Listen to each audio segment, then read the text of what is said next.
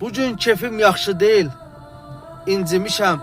Bir gecəlik kef üçün xərclər edən, israf edən, sabahını düşünməyən insanlardan, incimişəm tarixini unudanlardan, əsarətdən qurtulmuşduq, əsir düşdük yad fikrə.